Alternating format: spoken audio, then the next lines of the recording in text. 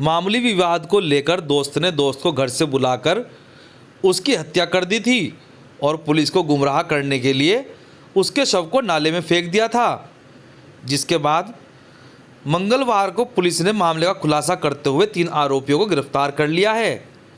बीती 14 सितंबर को थाना सदर बाजार क्षेत्र के हरिनगर चुना भट्टी निवासी विनय कुमार के दोस्त विनय कुमार को घर से बुलाकर ले गए थे और उसके बाद ही विनय कुमार अपने घर नहीं लौटा था, जिसके बाद परिजनों ने कई दिनों तक तलाश की लेकिन विनय कुमार नहीं मिला, जिसके बाद परिजनों ने संबंधित थाने में गुमशुदगी की रिपोर्ट दर्ज कराई थी।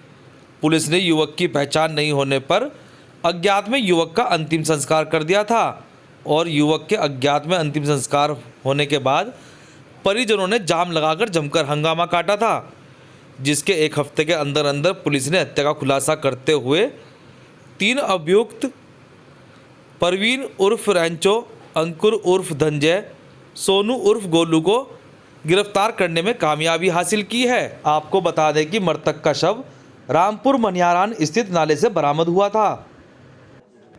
14 तारीख को एक लड़का थाना सदर बाजार क्षेत्र से गायब हुआ था और उसकी डेड बॉडी 16 तारीख में रामपुर थाना क्षेत्र में मिली थी। बाद में फिर उस लड़के की पहचान हुई विनय नामक लड़के के रूप में। उसमें थाना सदर बाजार में तत्काल उसमें अभियोग हत्या का लिखा गया। हत्या में जो तीनों अभियुक्त शामिल थे, तीनों को गिरफ्तार कर लिया गया है। आला कत्ल उनकी निशानदेही पे बरामद कर लिया गया है। हत्या के पीछे जो वजह आई है, इसमें से जो तीनों अभियुक्त में 2 अभियुक्त हैं, दोनों की अपनी अपनी वजह थी। दोनों का मृतक विनय से झगड़ा हुआ था, पैसे का भी लेन देन था। इसी को लेकर इन्होंने अपना एक योजना बनाकर उसको बहका के ले गए और वहाँ पे फिर बियर उयर साथ में पी और फिर उसकी चाकू से हत्या करके नहर में उसकी लाश को फेंक दिया था। रहते थे और उनसे आपस में झगड़ा हुआ था, उसी को लेके जो इसमें 2 मुलजिम हैं उन्होंने योजना बना के हत्या की। सहारनपुर की देवबंद तहसील पर एक फोटोस्टेट की दुकान पर उस समय अफरा तफरी मच गई जब दुकान के अंदर की ज़मीन धंसती चली गई। उस समय दुकानदार के साथ साथ 3 और ग्राहक भी दुकान के अंदर मौजूद थे, जो ज़मीन के अंदर उतरते चले गए। उनकी चीख सुनकर आसपास के लोगों ने सकुशल उनको बाहर निकाला। गनीमत यह रही कि कोई बड़ा हादसा होने से बच गया। सहारनपुर के डॉक्टर भीमराव अंबेडकर स्टेडियम में राष्ट्रीय लोकदल के वरिष्ठ नेता चौधरी निरपाल सिंह के नेतृत्व में एक बैठक का आयोजन किया गया, जिसमें चौधरी निरपाल सिंह ने बताया कि राष्ट्रीय अध्यक्ष जयंत चौधरी के आदेशानुसार उनके घोषणा पत्र में खिलाड़ियों से उनकी राय व उनकी सुविधाओं के बारे में जानकारी लेने के लिए इस बैठक का आयोजन किया गया है, जिसको वह आने वाले अपने घोषणा पत्र में जारी कर सकें।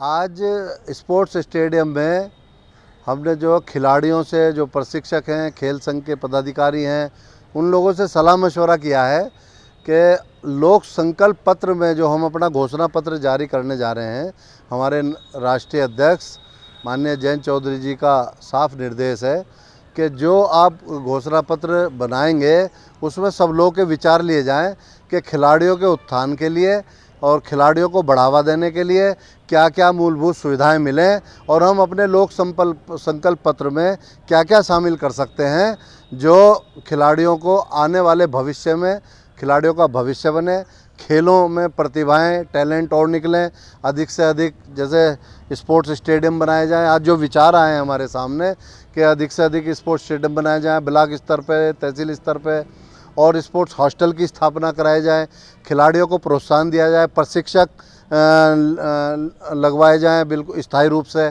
तो ये सभी आज विचार विमर्श यहाँ पर किया गया और सबकी सलाह से ही। सहारनपुर में मंगलवार को मंडला आयुक्त लोकेश एम द्वारा जल निगम के कार्यों का औचक निरीक्षण कर व्यवस्थाओं का जायजा लिया गया, जिसमें मंडलायुक्त लोकेश एम ने जल निगम के अधिकारियों को निर्देश दिया है कि घंटाघर से कोर्ट रोड तथा घंटाघर से रेलवे स्टेशन रोड में सिविल लाइन के कार्य को कल तक पूर्ण कर रोड खाली करा दें। उन्होंने निर्देश दिए हैं कि कार्य गुणवत्तापूर्ण नहीं होने पर संबंधित की जिम्मेदारी तय की जाएगी।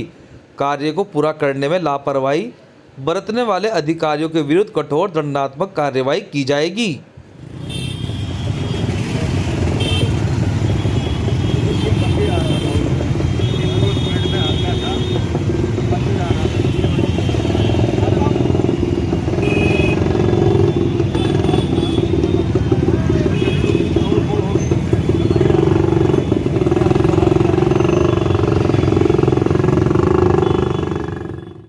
देवबंद में सभासद वाजिद मलिक के आवास पर मंगलवार को मिशन नारी शक्ति के अंतर्गत एक कार्यक्रम का आयोजन किया गया, जिसमें नगर पालिका परिषद की ओर से जैस्लिन कौर सैफी द्वारा महिलाओं को जागरूक करने के बारे में जानकारी दी गई।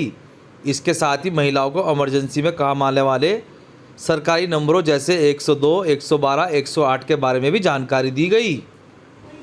भविष्य में अगर जो भी है आप लोग कीजिएगा, और अगर कोई ऐसा परिवार में होता है जिन्होंने वैक्सीन नहीं करवाई है तो उनको आप प्रेरित करिए, क्योंकि ये कहीं ना कहीं हमारे बेनिफिट के लिए है, हमारे अच्छे के लिए है।